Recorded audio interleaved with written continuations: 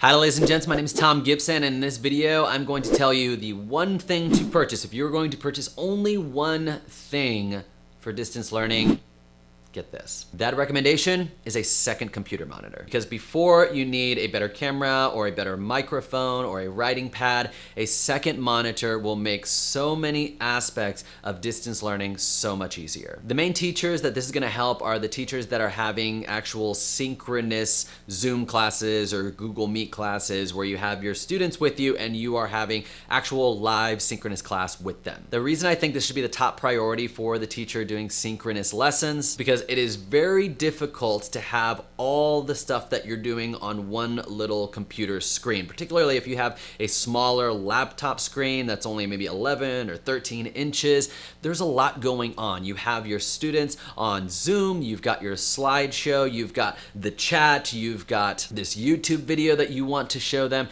And it gets to be a lot to try to switch between this. And I want to talk about the slideshow, but I also want to see my students' faces at the same time, and I want to be able to read the chat as it comes in. A second monitor solves these problems. What I typically do is I have one monitor where I have my students' faces and I have the chat going on the side.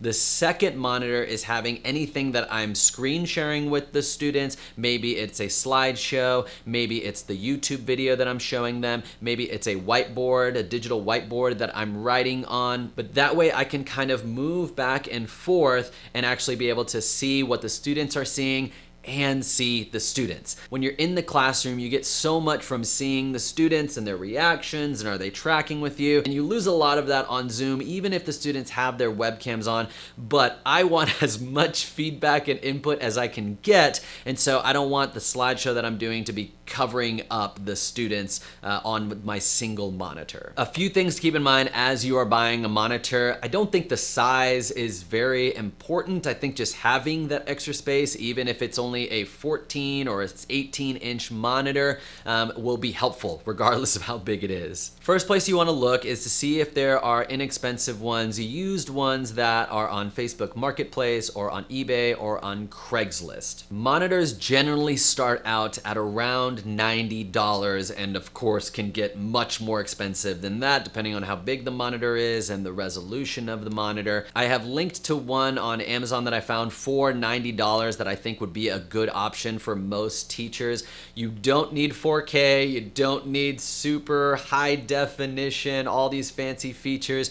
You just need a separate place to put a slideshow, a video, just more real estate in front of you so you don't have all your stuff on one little screen. The one that I recommended down below is 21 inches and it has an HDMI input, which is important because you might find some that are cheaper than that, but a lot of times they have older inputs, and if you're connecting from your laptop to the monitor, most laptops have an HDMI output. And so you do want to get a monitor with an HDMI input. It's the same as if you are plugging in your laptop into the projector at school. Sometimes your school probably has an adapter depending on the type of computer that you have, so it does connect to the projector. Almost all the projectors that you have at school are also HDMI input. Make sure that it does have an HDMI input and doesn't have this old outdated input that your computer doesn't even have, because then you might have to find special adapters for it. And sometimes the adapters are cheap, but sometimes they're not. If you do go the route of trying to find one that is used, make sure you're looking to see why the person is getting rid of it, because you want to make sure that it works and it doesn't have like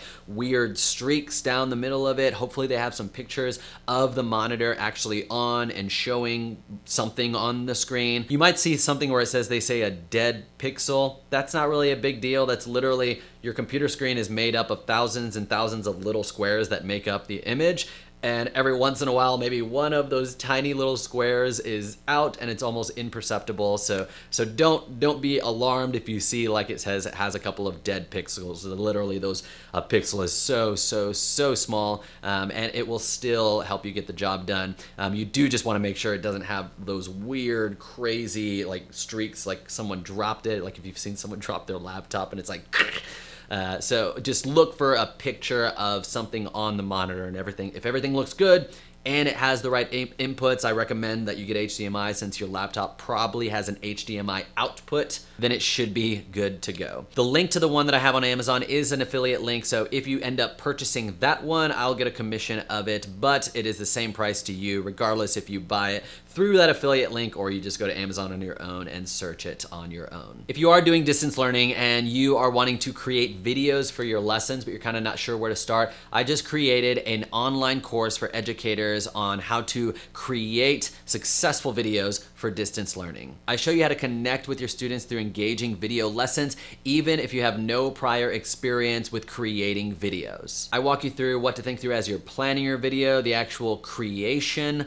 of those videos, and what you can do if you don't want to spend any money to make good videos, and if you want to spend a little bit of money, what are some budget items like microphones or lighting kits or cameras that you can get to improve your video quality. And I show you the app that I recommend to all teachers when it comes to editing video, particularly if you're new to editing video. And lastly, I walk you through assigning and assessing your videos to your students. If you're interested in that course and you want to create successful videos for distance learning, the link is down below. It'll take you to the course so you can enroll and start creating those videos for your students. That being said, my name is Thom Gibson. I hope you learned something today that'll help you create more meaningful and memorable experiences for your students, even if you are doing distance learning. Go ahead and subscribe if you want to stay in the loop with any upcoming videos that I put out. Much of it is going to be about distance learning, and I'll also include some of the lessons that I'll be doing with my middle school STEM classes. But thank you so much for watching, and hopefully I will see you in the next video.